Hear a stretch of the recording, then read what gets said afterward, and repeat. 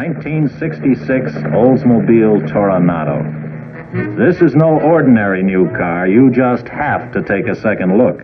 The 1966 Oldsmobile Toronado was introduced in December of 1965. The vehicle is historically significant because it was the first mass-production front-wheel drive American car since 1937. Benefits included a flat floor that allowed seating for 6 and superior inclement weather traction.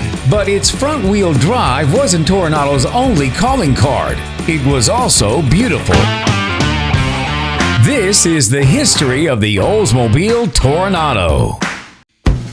The 1966 Toronado utilized Oldsmobile's 425 Super Rocket V8 engine, rated at 385 horsepower. GM's heavy-duty turbo hydromatic 3 automatic transmission, also known as a TH425. Concealed pop-up headlights with simulated scoops were the first thing many people noticed. Oldsmobile split the Toronado in 2 trim levels, base and deluxe. His car is an Olds Toronado. And the question to be answered is, will the unique front drive feature produce a winning combination? For 1967, the Toronado featured a softer suspension and minor styling modifications. The headlight covers were now flush with surrounding metal. Simulated air scoops were gone. Front disc brakes and a vinyl roof were added to the list of available options.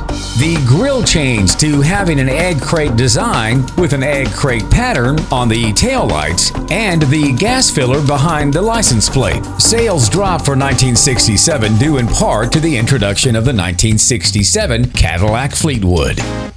For 1968, the Toronado featured major styling modifications. The grille was an overall different design where headlights were hidden behind the honeycomb grille and turn signals wrapped around the front corners. For 68, taillights moved to become part of the rear bumper. The new 455 V8 engine was introduced by Olds in 1968, which offered 375 horsepower in its standard form, or 400 horsepower in the new W34 Performance option. Oldsmobile, always a step ahead. For 1969, the overall grille and rear bumper design was similar to 68, but with a cross-hatched pattern grille and taillight lens divided into 3 sections. Backup lights were integrated with the taillight lens instead of on either side of the license plate, as with the 68. The back end is squared off, having less of a fastback design, almost having small tail fins. The ignition switch moved to the steering column, part of the new ignition steering wheel interlock system that all GM cars received in 1969. 1970 was the final year of this body style for the Toronado, as GM did away with the hideaway headlight idea that debuted on the 66 model. Headlights were mounted within the grille, and front parking signal lights were 3 vertical strips beside the headlights. The vertical theme was prominent of the newly designed outer edges of the front bumper. Rear tail lights were similar to 1969, but rear marker lights are now rectangular and integrated into the side of the rear bumper. A new kind of luxury car, the unmistakable one, Toronado for 1971.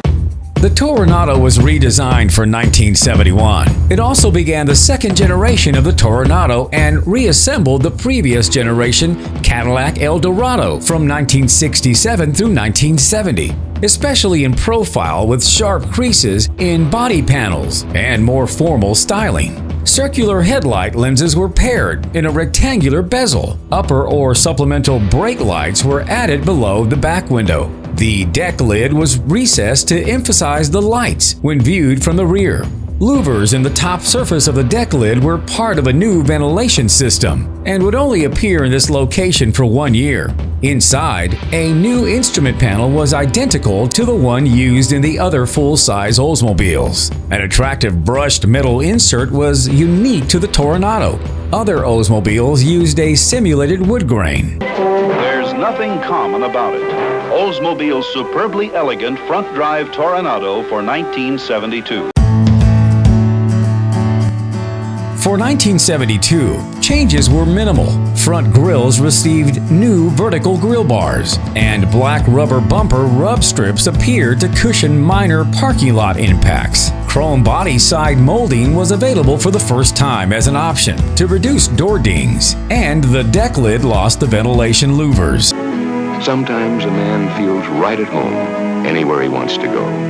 It's as unmistakable as those who drive it. Toronado.